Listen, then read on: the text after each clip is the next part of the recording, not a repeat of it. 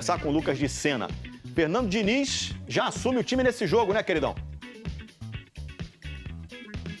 É isso, Escobar. Muito boa tarde para você, para todos os amigos e amigas que nos acompanham. Fernando Diniz estreia na segunda passagem dele como técnico do Vasco. Amanhã, a primeira passagem foi em 2021.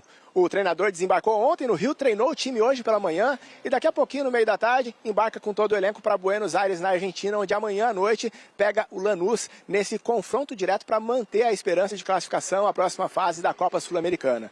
O técnico Fernando Diniz chega agora num momento de reformulação do futebol vascaíno. O Marcelo Santana, ex-executivo de futebol do clube, foi demitido ontem e o Felipe Loureiro, que estava como técnico interino, segue por enquanto como diretor técnico, mas essa função vai ser rediscutida com o Fernando Diniz e o futuro diretor de futebol que vai ser contratado ainda. O Pedrinho, presidente do Vasco, sonha em trazer o Rodrigo Caetano, hoje diretor de seleções da CBF, para essa função de diretor de futebol.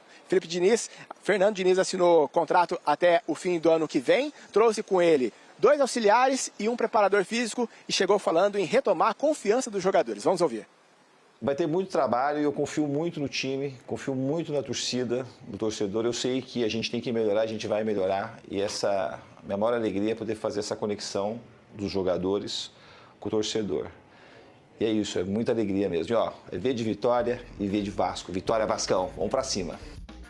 O Vasco está precisando desse otimismo aí de mudar o astral, porque a última derrota no Brasileiro foi feia, hein, Lucas? E só falando, gente, Felipe Loureiro é o Felipe Maestro, né? Todo mundo conhece, cria do Vasco, inclusive. Fala aí, Lucas, foi feia a derrota do Vasco? Hoje o Vasco completa um mês sem vencer, Escobar. São 8 jogos nesse período. No sábado, em Salvador, no estádio Barradão, contou com um homem a mais. O Mateuzinho, do Vitória, foi expulso aos 32 do primeiro tempo por uma cotovelada no Paulinho. Aí o Verratti aproveitou, abriu o placar, mas depois tudo desandou para o Vasco. O Renato Kaiser fez 2 gols e marcou a virada do Vitória por 2-1. O Vasco agora está na zona do rebaixamento no Brasileirão, é o 17º colocado e no desembarque dos jogadores na volta para o Rio depois dessa partida, houve protesto da torcida que acabou até entrando em confronto com a Polícia Militar. Pelo Brasileirão, o Vasco volta a jogar no sábado. Aí, aqui em São Januário, a volta para casa do time depois de 6 jogos longe daqui. Um abraço. Valeu, Lucas de Sena. Tomara que o astral já seja outro em São Januário. Um abraço. Olha, a gente vai ter muita coisa para debater essa semana, porque segunda é sempre um dia mais apertado. Você prefere falar já do começo do Diniz ou desse jogo aí, Pedro? Eu posso resumir. Eu e Vênia estamos aqui para te escutar. Eu tô aqui pra ver um show, Pedro. Não, vocês querem o quê? Eu quero ver show. Vocês querem a análise do jornalista ou a raiva do torcedor? A raiva do torcedor. Dá pra fazer os dois, pô. Falta de vergonha. Grupo fracassado. Gente, grupo fracassado. Tomar uma virada fora de casa com um a mais, com o Vitória, com todo o respeito, que é um time mediano, no máximo, podemos colocar assim. Se toma uma vitória do Palmeiras, já é pra você ficar com raiva. Mas aí você pensa, é o Palmeiras. Agora, tomou uma virada do Vitória, com todo o respeito ao Vitória, que é uma equipe muito melhor treinada pelo Thiago Carpini, desculpa, gente, é falta de vergonha na cara. E é o que eu falei aqui. Esse grupo tem uma veia de derrota, uma veia derrotista. Eu lembrei de você na hora. É óbvio, é um você grupo fracassado. Eles têm medo de ganhar, Fernanda. Eles têm medo de ganhar. O Vasco é alérgico à vitória. É mais ou menos isso. É sério. Não é sacanagem, não. Tanto é que, se você for pegar o cenário da partida, é o seguinte. O Vasco começa o jogo, a bola fica com Vitória. 20, 25 minutos, jogando fora de casa, ok, sem problema. Sistema defensivo bem montado, Vitória não ameaçou tanto o Vasco. E aí acontece o que geralmente o Vasco faz com o adversário, que é o quê? Besteira. O Mateuzinho vai lá, dá uma cotovelada aleatória na cabeça do Paulinho e o Vasco ganha um presente aqui, Vascão. Um a mais na tua mão, meu camarada. Pra você ganhar o primeiro jogo fora de casa. Vamos ver o que você faz com isso, Vascão. Melhorou, o Paulinho jogou bem, o Esforço jogou bem, a equipe começou a ter... Jogou bem, apareceu, a equipe começou a ter um pouquinho mais de envolvência ali, principalmente após a expulsão. O gol sai do lado que é mais talentoso do Vasco, que é com Nuno, Coutinho e Piton. Piton cruza na cabeça do Verratti, sempre ele, mais uma vez, faz o seu 15º gol aí na temporada. Show! Aí você fala, não é possível, gente. Pela primeira vez, eu acho que o Vascão vai aproveitar a oportunidade que o destino deu pra ele, um a mais, ok, volta pro intervalo, o Paulinho estava amarelado. Então, teoricamente, na cabeça de qualquer treinador, você não vai dar chance pro azar de perder a superioridade numérica. Então, se o Paulinho tá amarelado, você troca o Paulinho. Mas aí ele me trocou o Paulinho pelo Hugo Moura. O Vasco estava precisando vencer o jogo. O Felipe poderia ter colocado o Tietê, poderia ter colocado o Adson, poderia ter colocado o Lloyd. Pra quê? Pra você encaixotar o Vitória, já que você tem mais espaço e superioridade numérica. O Diniz faz muito isso quando tem um jogador a mais. Ele tira zagueiro, ele coloca atacante e tudo mais. Pra quê? Pra você chegar ao segundo gol e se sentir confortável dentro da partida. Mas o Vasco não. O Vasco é alérgico à vitória. E o Felipe é o responsável por isso, porque ele colocou o Hugo Moura, o jogador que mais erra no ano do Vasco, ele colocou pra conseguir fazer o segundo gol do Vitória, mas não era isso.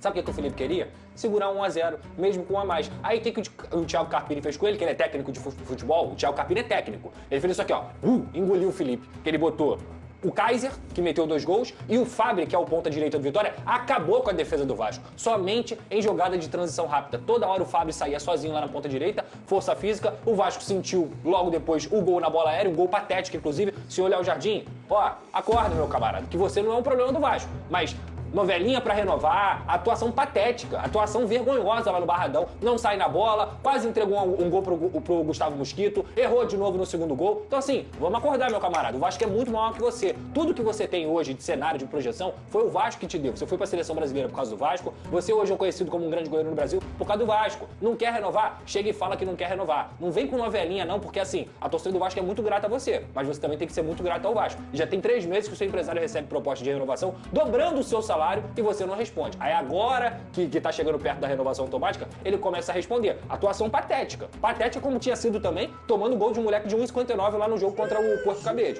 Então assim, aí no segundo tempo, o time desmorona, porque esse é o Vasco. Tomou um gol de empate, depois tomou o segundo gol. Por quê? Porque parecia que o Vitória estava com a mais dentro de campo. Então assim, Felipe, senhor, não é técnico de futebol, desculpa. Não foi técnico no Confiança, não foi técnico no Volta Redonda, não foi técnico no Bangu e não pode ser técnico do Vasco. Ainda bem que o Fernando Diniz chegou, que agora o Vasco pelo menos treinador tem.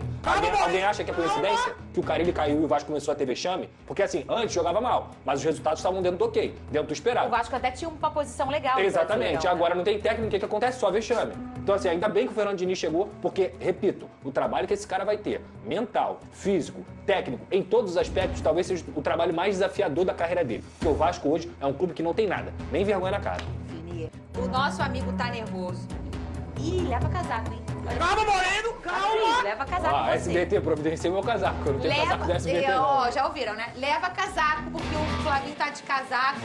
Flavinho, conta pra gente onde você tá. Você tava ouvindo ele desabafar aí. Ele tá, olha... Amanhã, não sei se vocês vão almoçar junto, mas é melhor você se preparar, Flavinho. Boa tarde pra você. Boa tarde, Fernanda, Vini, Pedrosa, boa tarde para todo mundo. Fiquei até sensibilizado com esse depoimento aí do Pedrosa, tá revoltado, tá atacado com essa fase do Vasco. Mas quem sabe aqui, nesse estádio, La Fortaleza, o estádio do Lanús, onde o Vasco enfrenta a equipe argentina amanhã aqui na Grande Buenos Aires, quem sabe não...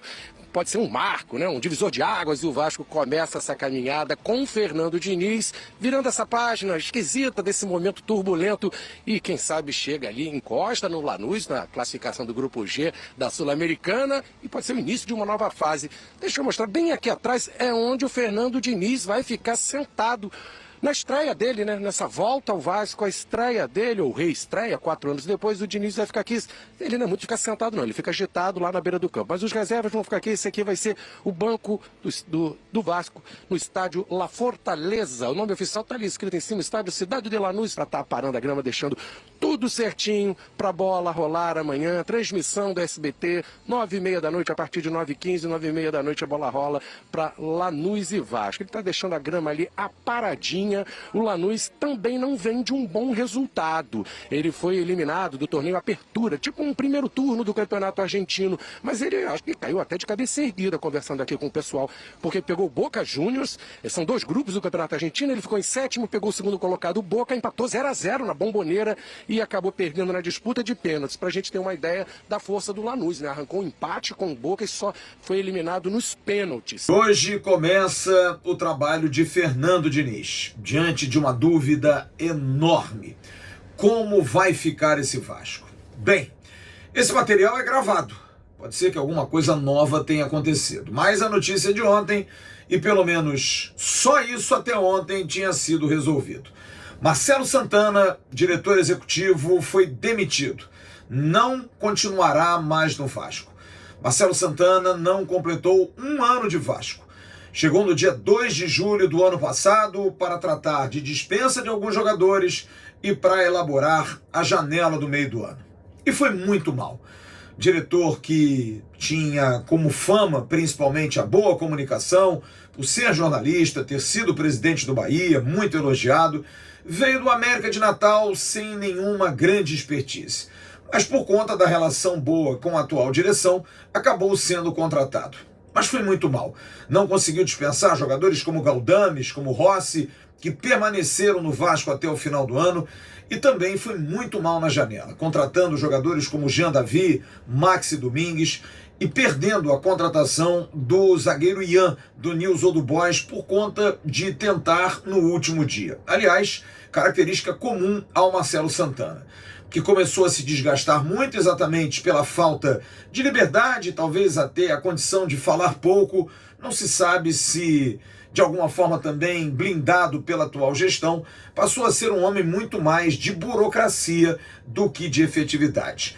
O ano começou e Marcelo Santana, com Fábio Carille, entrou no mercado para fazer as contratações e perdeu várias, principalmente por prazos. Acabou urgentemente pegando um avião, indo até a Turquia e contratando Lloyd Augusto, jogador indicado não se sabe por quem, não se sabe como, mas que veio para o Vasco contratado depois que Marcelo Santana havia perdido Bruma, atacante do Braga, porque não iria estar próximo ao jogador em Portugal. Parece que alertado, foi até a Turquia, fechou a situação de Lloyd Augusto com o Alanya Sport, e também foi a Portugal fechar o português Nuno Moreira. Muito apagado, sem nenhuma comunicação, sem força no mercado, um profissional muito novo. Marcelo Santana está fora. E a dúvida agora, será só ele? Será que mais gente vai sair? Muito se fala de Felipe Loureiro, o que poucos acreditam, por ser realmente o braço direito da atual gestão e principalmente do presidente Pedrinho. Felipe teria pedido desligamento. Não se sabe se isso é verdade. Preparação física pode ter alteração também no DESP.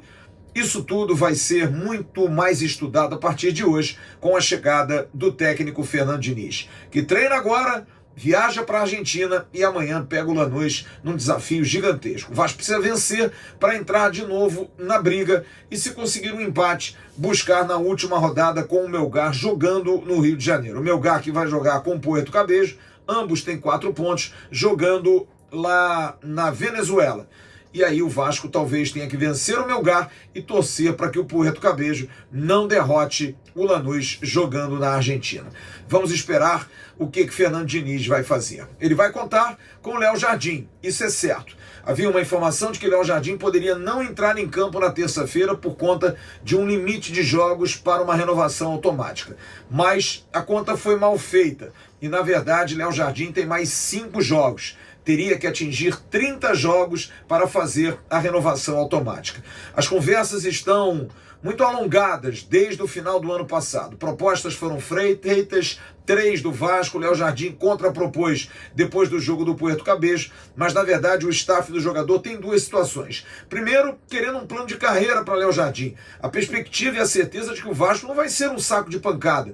Um goleiro do nível dele não pode ser o mais vazado, o melhor goleiro sempre fazendo defesas e salvando o Vasco. Qual é o plano do Vasco para ter um time mais competitivo? E a segunda situação, a empresa que toma conta de Léo Jardim tem muito dinheiro a receber do Vasco de outras negociações. De negociação de Maxi Domingues, de João Vitor, muita coisa que não foi paga. E isso está atravancando a relação. E a situação de Léo Jardim é bastante preocupante.